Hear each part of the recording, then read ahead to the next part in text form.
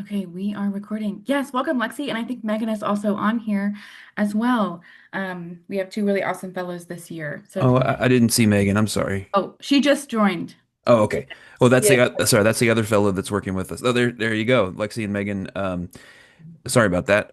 And so Megan's working with us on some of the marketing side of things, supporting some social media content development, but also supporting some new marketing, farmer-oriented marketing training about a variety of topics funded on a specialty crop block grant. So again, two short-term members of our CCD team, but members nonetheless. Wanted to say welcome and let you know who they are. Yeah, we're excited to have them. Okay, friends, let's get started. I'm gonna share my screen.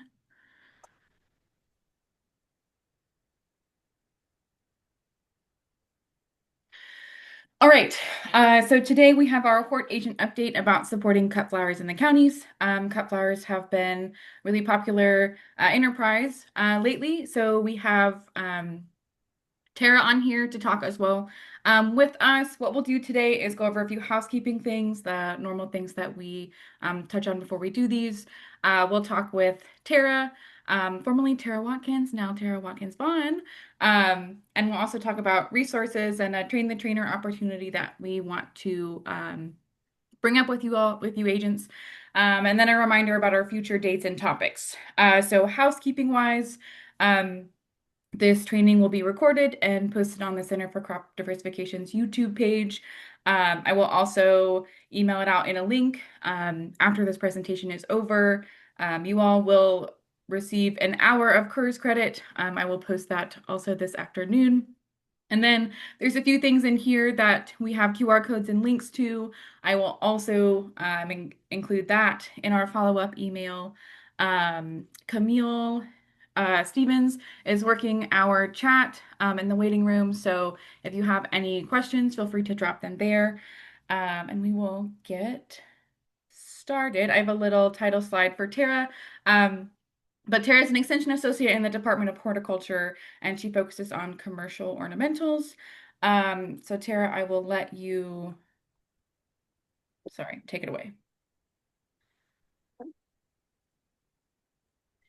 All right, give me a sec to get my screen pulled up and shared here. Uh-oh, we should have tried this first. Savannah, it's not letting me share.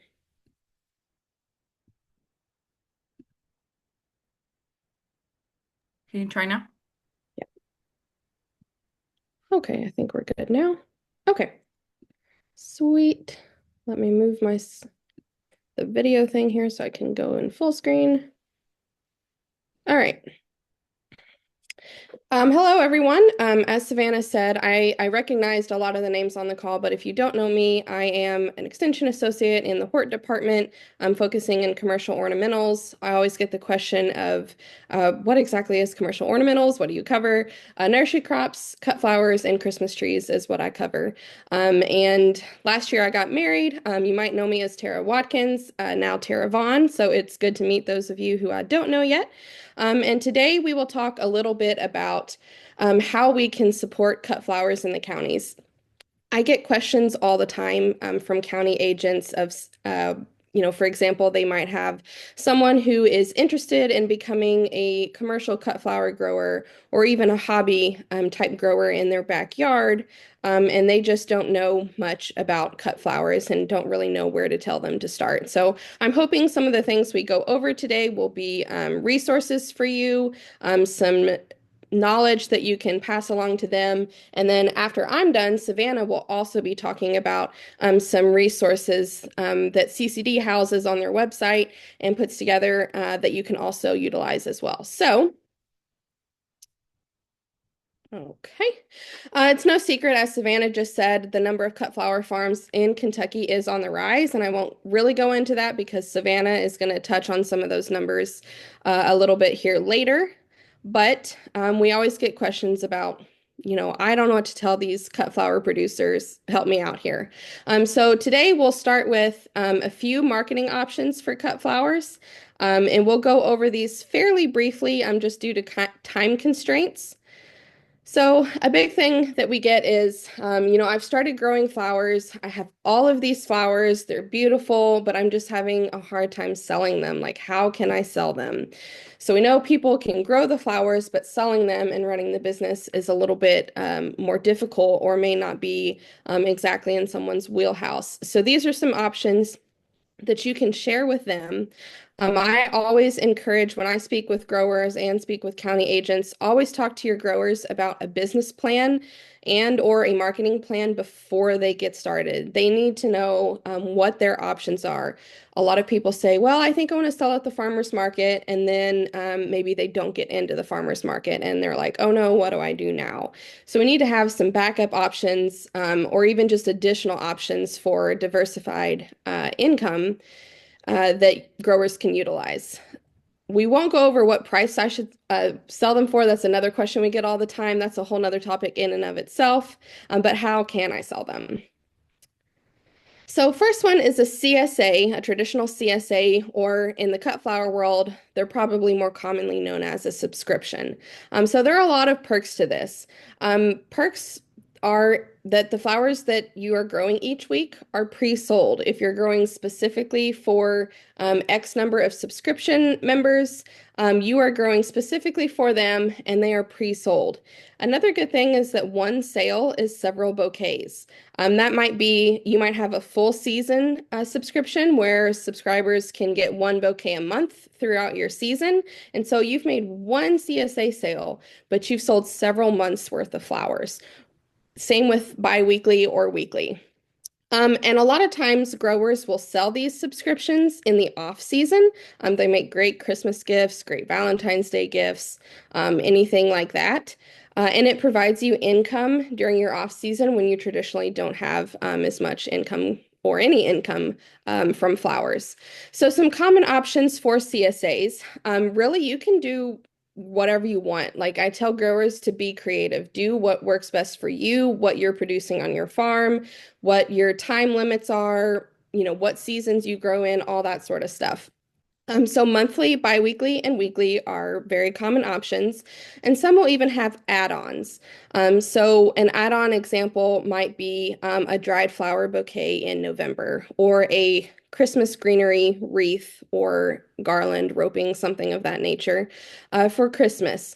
I've seen some farms do, they're really trendy for the last several years, those pumpkin flower bouquets, maybe in October or something like that. So you can get creative with it. For pickup locations, a lot of growers will have pickup at their farm or their home if they are conveniently located and they're comfortable with having people on their farm. A lot of other growers will partner with a local business, say a local coffee shop, bakery, specialty boutique, somewhere in your town or city that makes sense and someone that is willing to work with you on this. So CSA's subscriptions, those are really popular.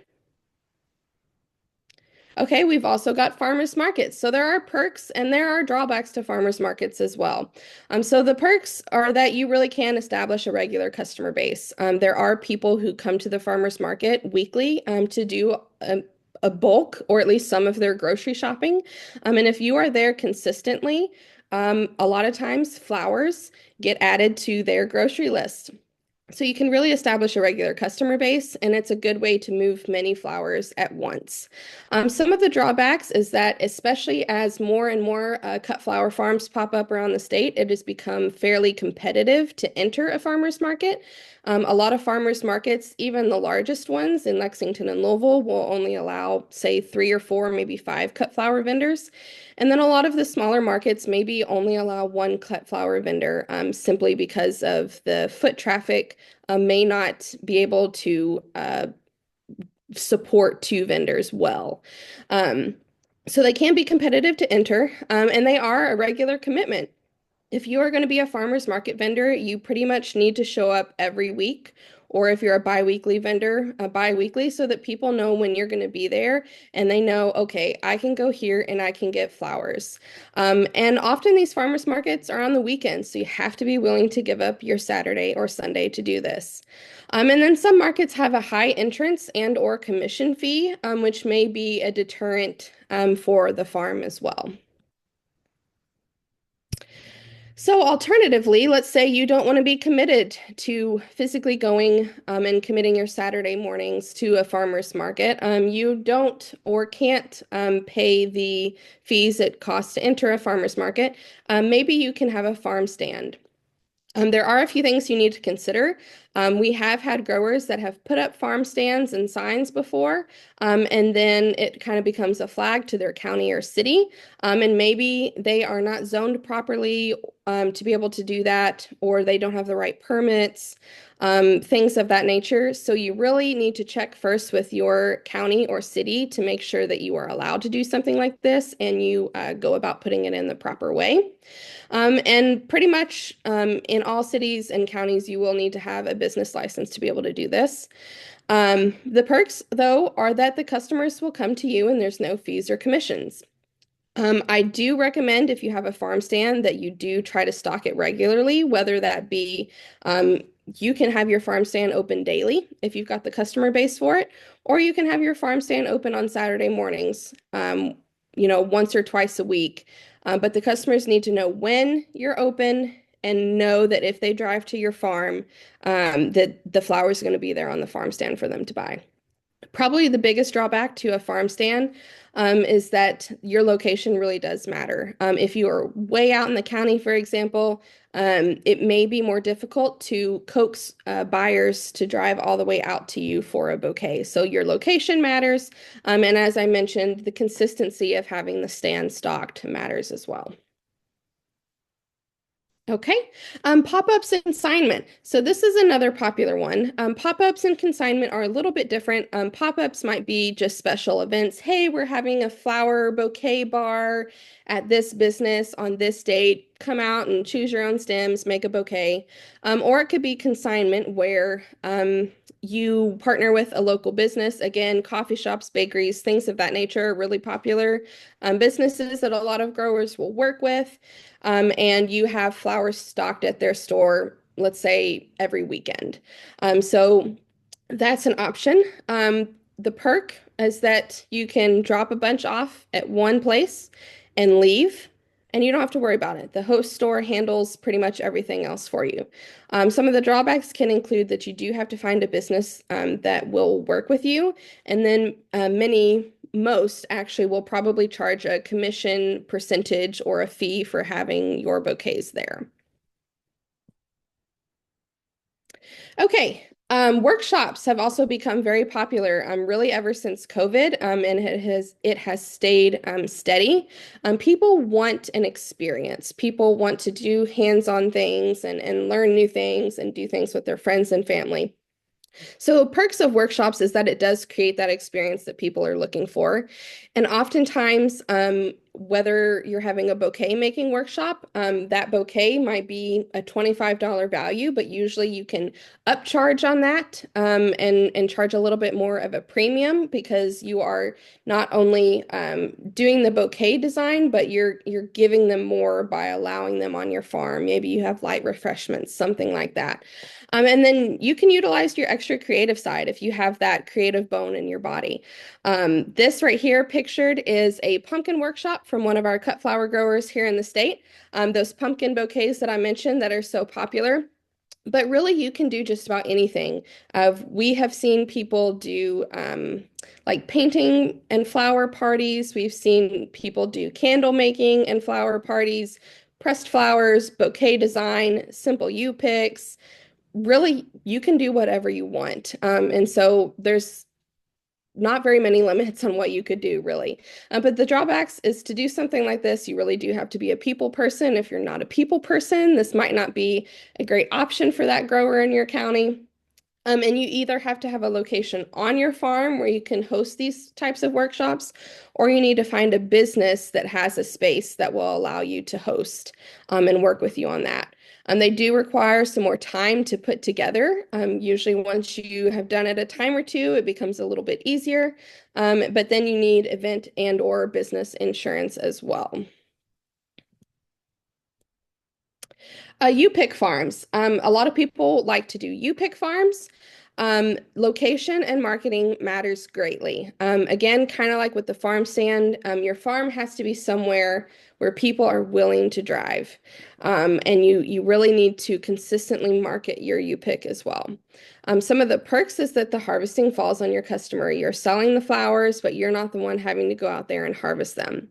A lot of U-picks will also use their flower fields or flower rows for photography purposes as well. So you can charge for photographers to be able to come out there and use the flowers as a backdrop. Some of the drawbacks is that it can be a very niche market. We've talked about that a little bit. And you must grow decent amounts of each flower type to create a desired look.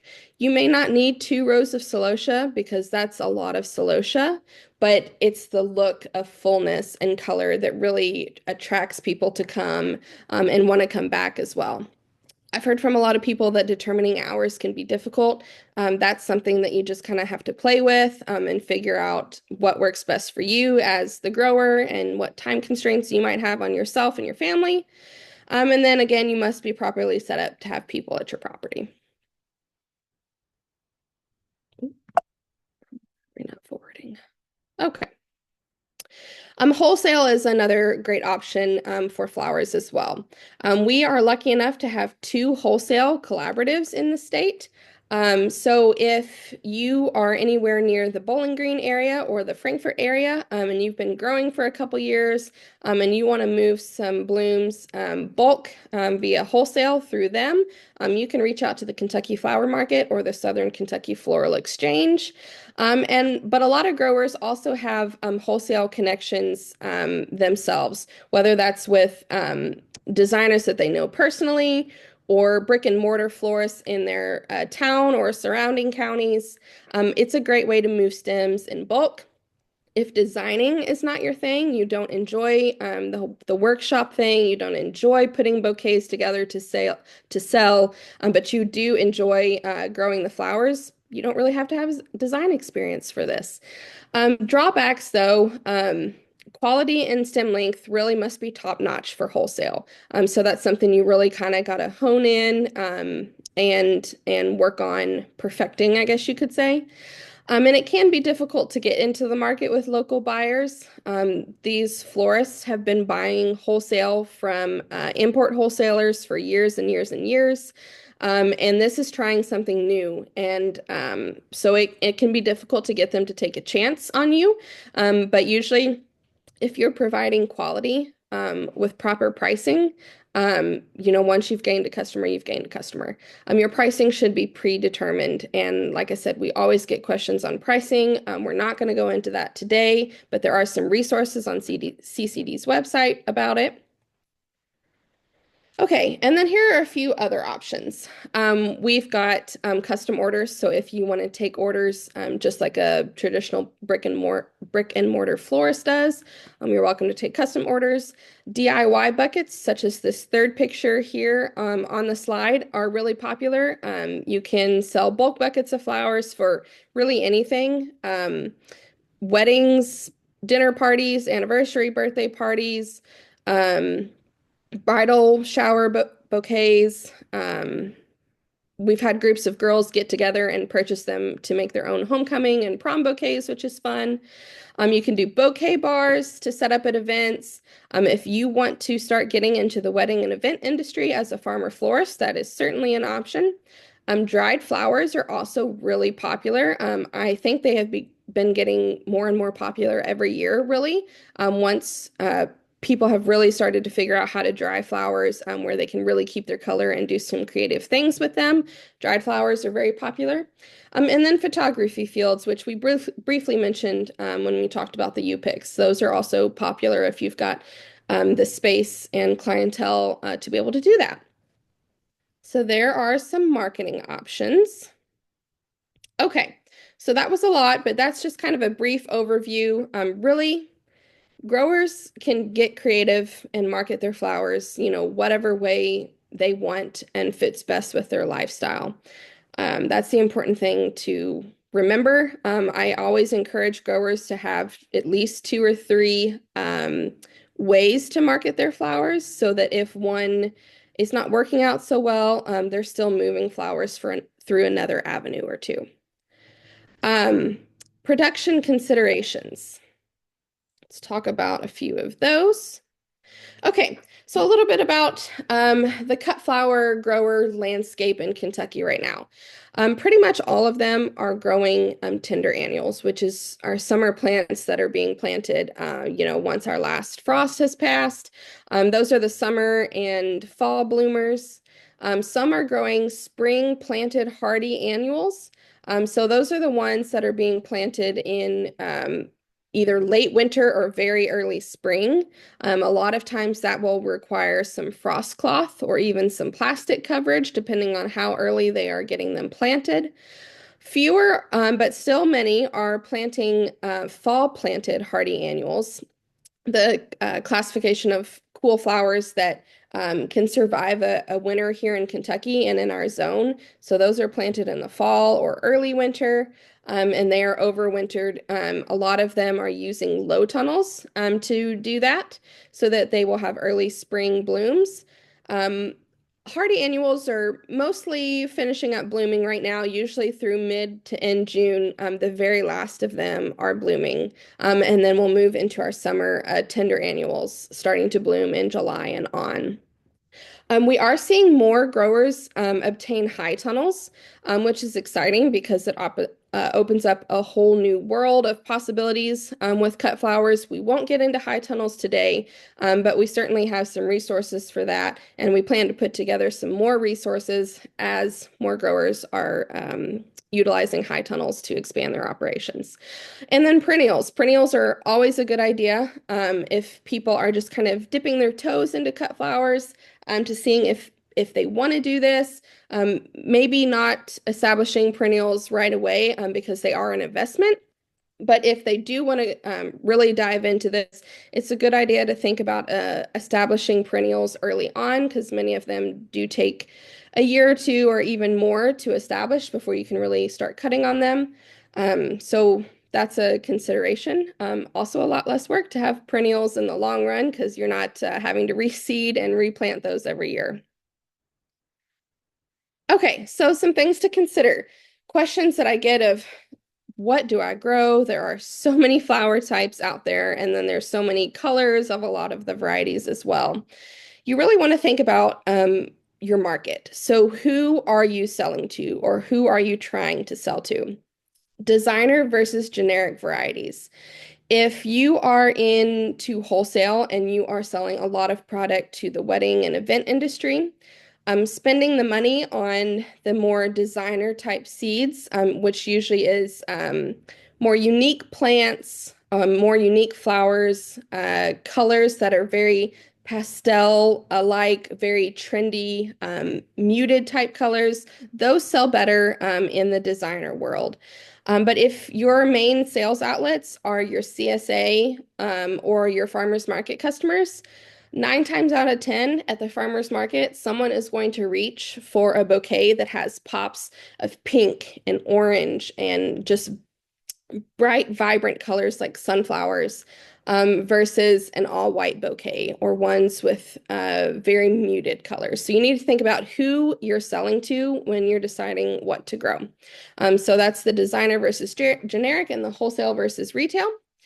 You also need to think about how much time do you have available to do this? Because growing cut flowers, or really any horticultural crop, it takes a lot of time. And flowers especially have a certain bloom window when they are at their peak for harvest so that your customer can get their optimum vase life. And flowers, they really don't care if it's the 4th of July or it's storming. You kind of got to be there for them. How much capital do you have to invest in this? What kind of equipment do you have on hand? Do you have a tiller? Do you have a bed layer? Do you just have your own 2 hands and a wheelbarrow? How much time do you have to devote to this? Your physical health or any other limitations is something to consider as well because this is a physically demanding job. And then what season do you want to be busy in? You can grow flowers February through November if you had the right setup and the will to do that.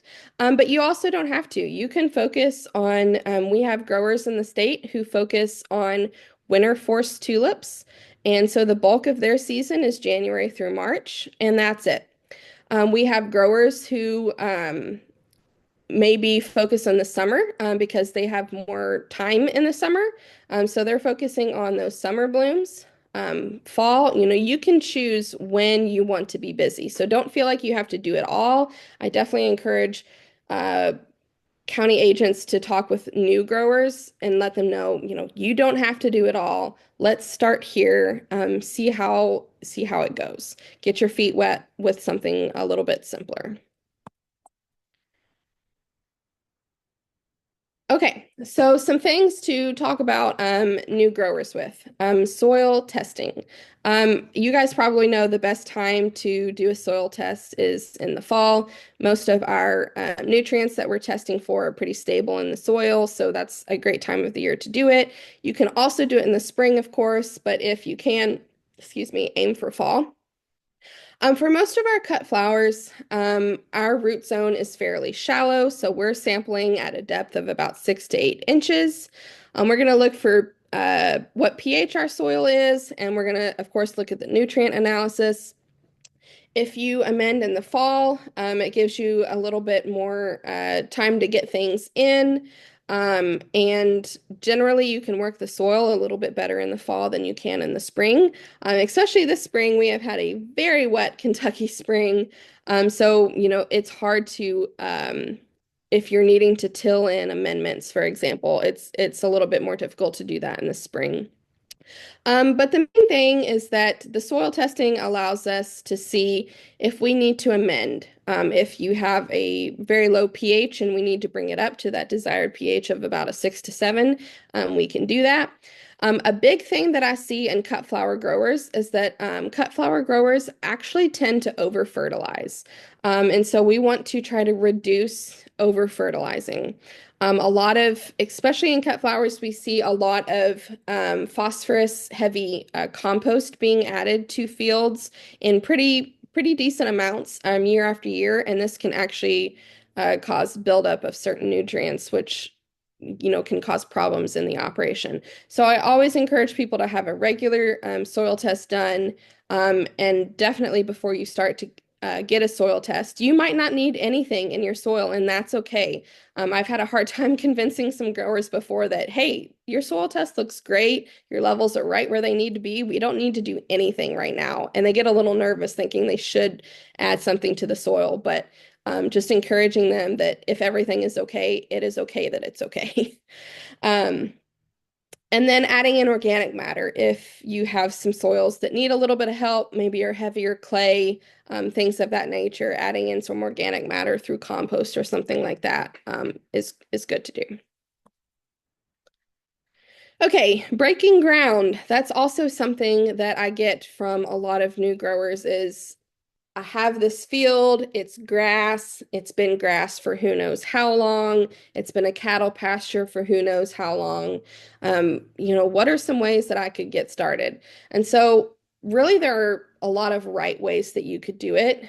I tell grower to consider their options, consider what equipment they have available, what like soil principles they value the most. So a lot of ways that people will do it, some people will rent a sod cutter and they will literally, cut the sod out to remove all that grass because grass can come back with a vengeance for sure and create a lot of problems. So a sod cutter to just get rid of that. A lot of people will use silage tarps or something similar to cover a patch of ground and kill everything off really well. It's really important that you use the right thing to do this, though. Silage tarps are heavy duty, they are opaque, and you need to use something like that. If you don't have silage tarps or they are pretty expensive to buy, in the photo here on the left, these are actually old billboard signs, and there are websites you can buy them from. They still are a little expensive, not quite as bad as a silage tarp, but just as long as it's heavy duty and opaque. A lot of times I've seen growers put down just like regular tarps or even a couple layers of regular tarps, and that just won't do it.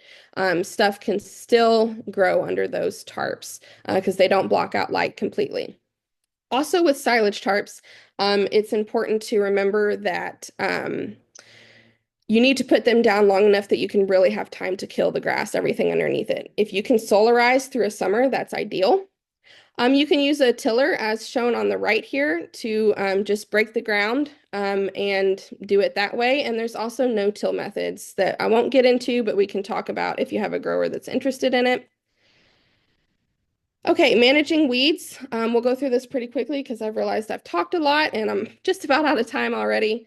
So a lot of people will use woven landscape fabric. It's important to use the heavy-duty woven landscape fabric so that things will not grow through it. A lot of people will completely cover their field with fabric and burn holes that they will put their plants into.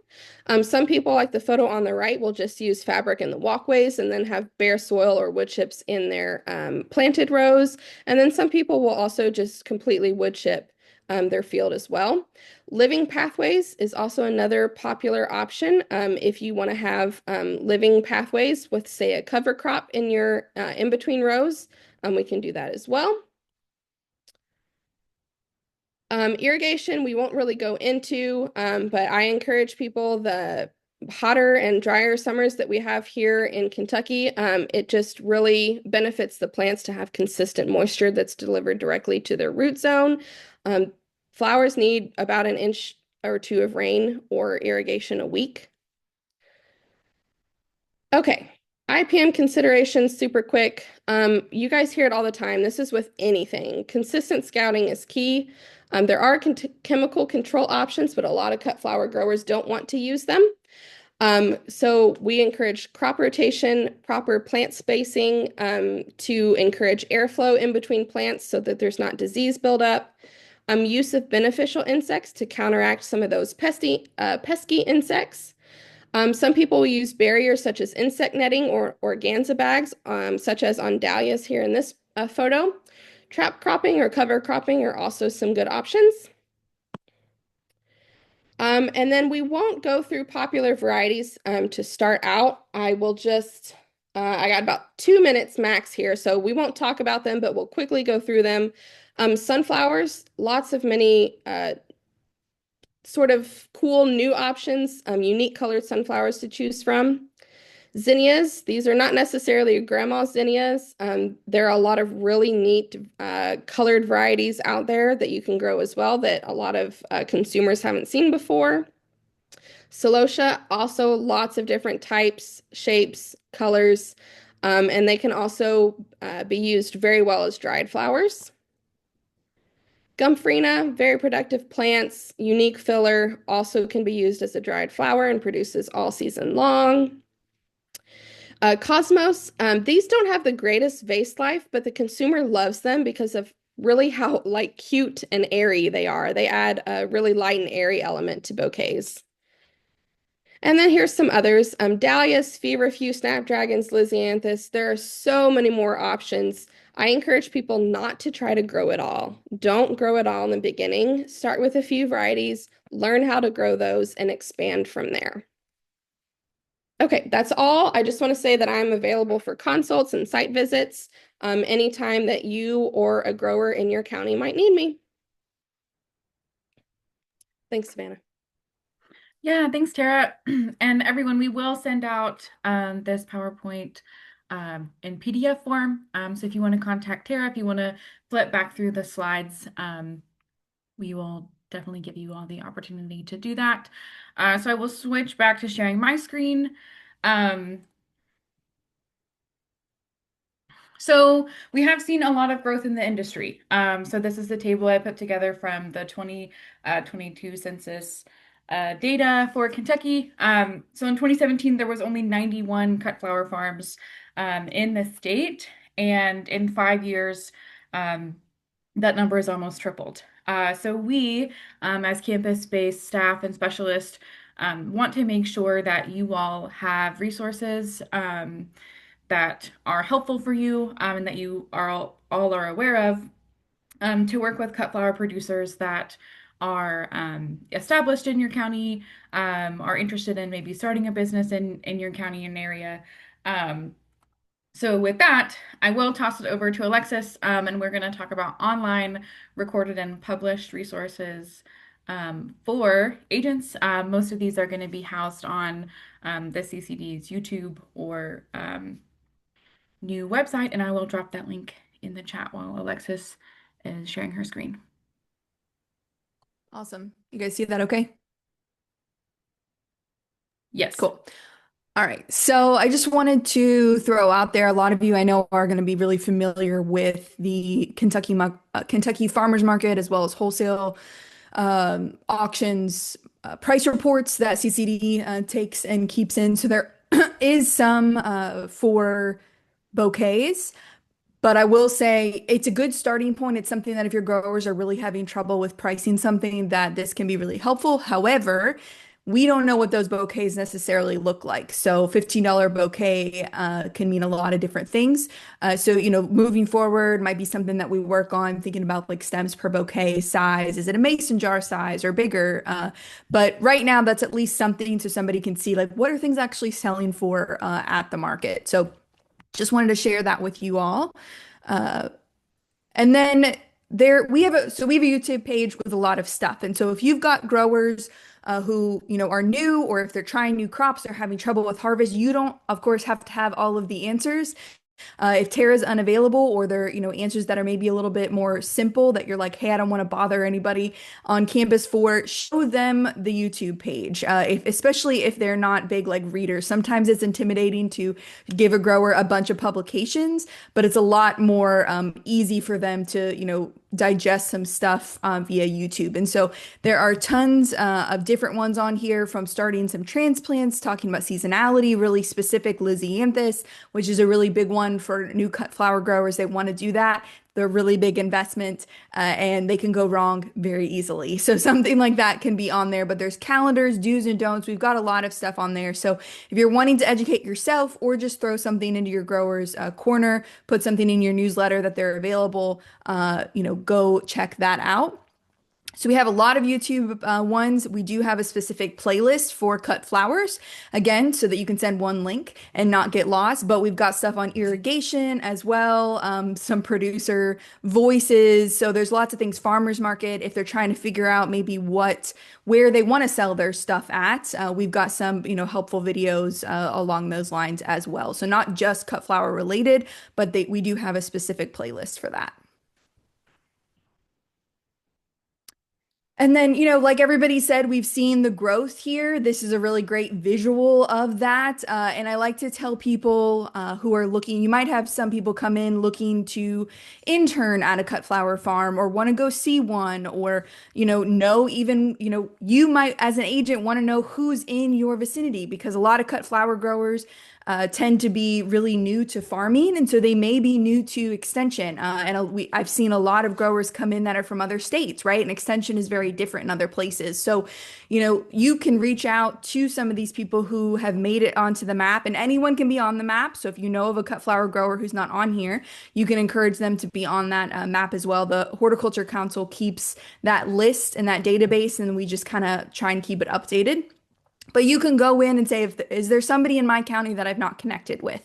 And I think that that can be really helpful, especially when, we're trying to bring new faces into extension and be like, hey, yeah, you can do soil tests here and we can help you along those lines. So definitely check this out. Or, if you're looking to go buy some flowers yourself, right? You can check out these farms, but you can see that huge jump that we've made. And I'm sure you all have heard the statistic about looking at the USDA numbers from, I believe it was 2020 to 2024, going from like $50,000 roughly $50,000 in sales to, it was like 2.2 million or something. We've seen that big jump in, we've seen that jump in farms as well.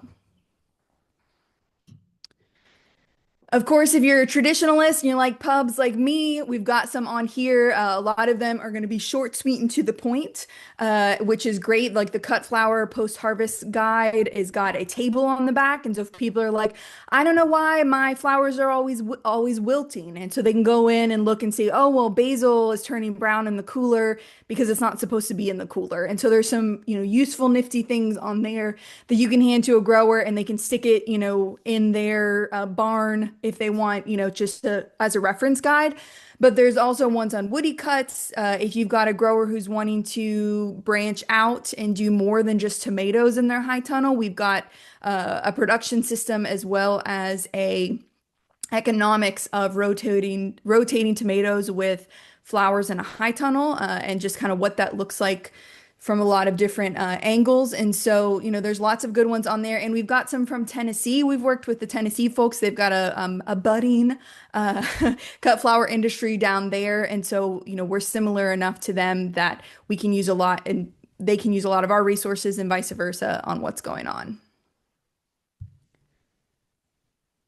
And then just a reminder for those of you who may not know or you're new, or maybe you've not looked at them in a while, we've got production tools for growers of any size, and some of them will be useful whether they're cut flower growers or not. So the cover crop calculator is a really great one because they can use that whether they're a, market gardener, just a regular gardener. They can pick stuff out, they can put everything in. I love it. I use it personally all the time, so that's a good one. If they're snapdragons is a common thing that's grown by cut flower growers. It's relatively easy for beginners. It's great and easy to sell, and so we've got some budgets on those available.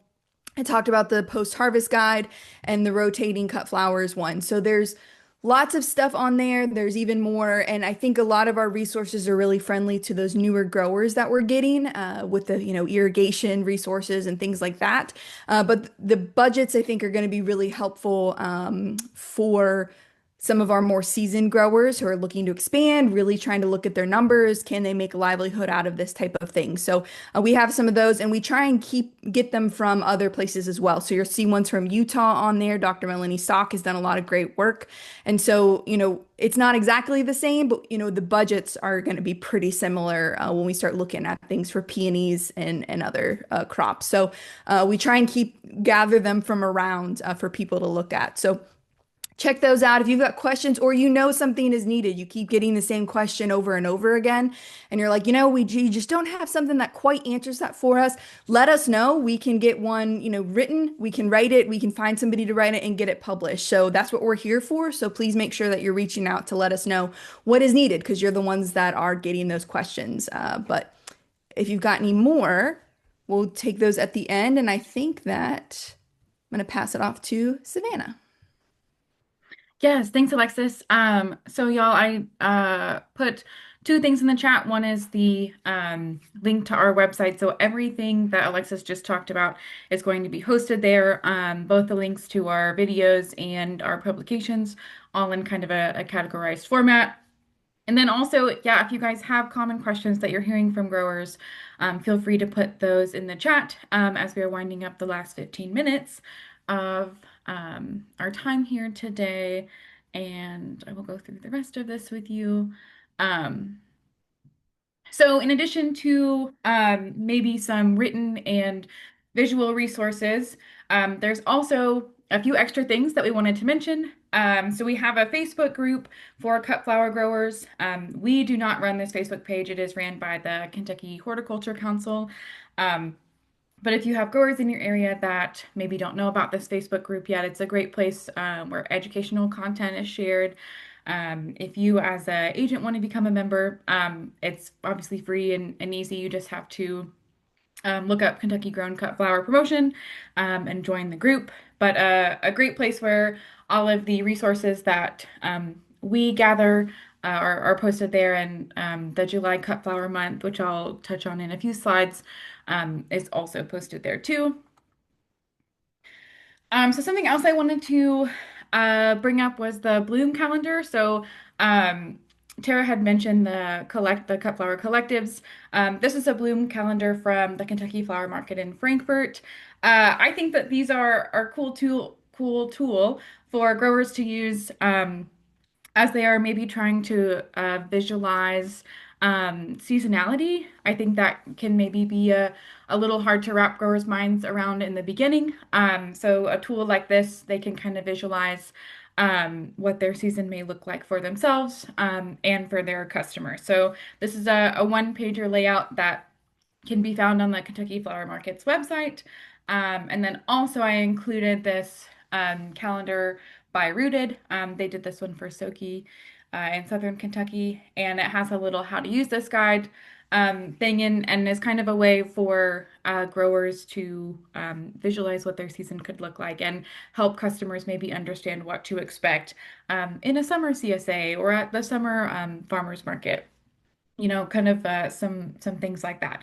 A nice tool for beginning and even experienced growers to look at. And we also want to talk about some future training and resources for you all. So first, we have the Twilight Tour out at the South Farm here in Lexington. You all may have seen some promotion for this already.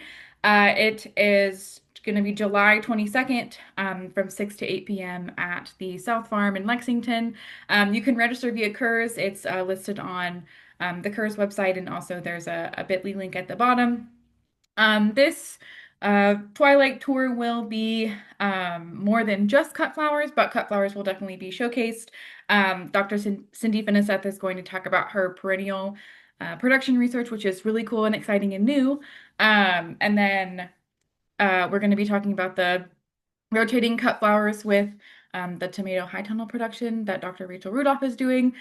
So we'll also touch on that too. And then also there will be other research activities that are going on at the South Farm being highlighted as well in different stations. So one, you can get some cut flower information and tools from that, but also there will be some other stuff happening at the farm as well. So there's that. There's also July's Kentucky Grown Cut Flower Month. If you have not heard of this, it's a promotion that we work on with the Kentucky Horticulture Council, and we will highlight cut flower farms in the state on the Kentucky Horticulture Council's social media pages. This is free for growers to be a part of, and it just helps them get some promotion. They can register via the bit.ly link that's listed on the screen. I will also be sending this PowerPoint out, so you guys will have that as well. But they will also be given, a shout out during the month of July, and then some digital promotional material that we're working on that they can use in July and beyond. So this is, kind of one of those free promotional things that is really great for growers to take advantage of. So if you haven't heard about this or would like to, drop this little flyer in your monthly newsletter, feel free to do so. It's, totally free for growers to participate. So always kind of a fun thing to do. And then lastly, we wanted to talk about a train the trainer opportunity. So our cut flower team, I think all of us, but Cindy is on our call today. But we have received some requests to do some more in-depth cut flower educational work. So we kind of came up with a train the trainer idea where we will be doing some hack day workshops with our group and present on topics to help you all assist clients in your counties who are interested in cut flower production. The areas we're looking at, we don't have any specific hosting offices identified yet, but we will have one in Western Kentucky, one in Southeastern, and then one in North Central. Ideally in the fall, this fall. If you guys are interested in participating in this Train the Trainer opportunity, there's a QR code here that will take you to a Google form, and you can kind of identify which training location you would like to participate in, and even give us some day of the week and month information on what fits your schedule the best. We aren't necessarily tied to certain training days of the week, so we want to be able to make this opportunity accessible to as many people as possible. So just trying to gather that kind of information from you all. There's also a place where you can kind of type in some questions you may have or things that you would really like to be addressed during this Train the Trainer opportunity. But it's something we're excited about, and we will be putting together material binders that you all can take back with you. So if you are interested, scan the QR code and complete the form, but we will also be sending out this um, form in the follow-up email and also to the agent listservs as well. So if someone wasn't able to get on the call today, they can still indicate their interest. And as we are kind of wrapping up here, I just want to mention our updates for the rest of the year. In September, we have efficient labor strategies. And in December, we have niche crops with potential. Both of these are available on Careers to register, same kind of format that we've been doing. So hope to see you guys there. A small reminder to not forget to check out our new website. So we have spent a lot of time um, redoing our website. One with a URL change, but two, we've visually changed some stuff and it's really cool. So if you haven't checked it out yet, just give it a peruse. And then lastly, I have our contact information listed here. I think most of our team is on today. Some of us I think, are on vacation still. Um, but with that, I will stop sharing my screen. Um, and yes, Brett dropped the newsletter. Um, oh yeah, and then some PR for the mechanical weed control field day. Do you want to? I'm gonna blow up your emails with hopefully things that you can use for your newsletters on our mechanical weed control field day, and that's gonna be growers of all sizes, whether they need to upgrade their hand tools or they're looking to get into camera guided equipment.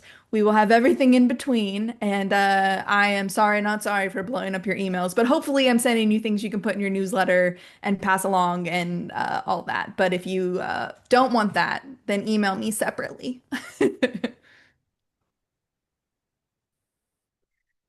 Yeah, I will give you guys maybe a few minutes if you have questions. We would love to answer them, talk about things that are maybe going on in your county.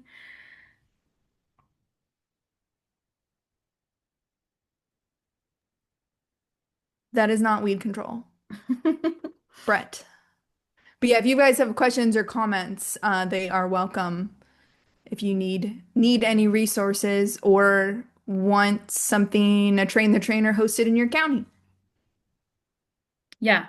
Yeah. So as a reminder, as people maybe are typing thoughts or compressing the things that they learned today, we will post this training to our YouTube page. I'll follow up with an email and post your all's CURS attendance. I don't think I said this at first, but my name is Savannah Columbia, and I am part of the CCD team. So feel free to reach out if you guys have any questions or maybe if you didn't feel like sharing here, you can email us separately as well. There's been a lot of growth in the cut flower industry, so we're, just trying to make sure that you guys feel prepared to work with growers and feel supported. So I'm gonna end this recording.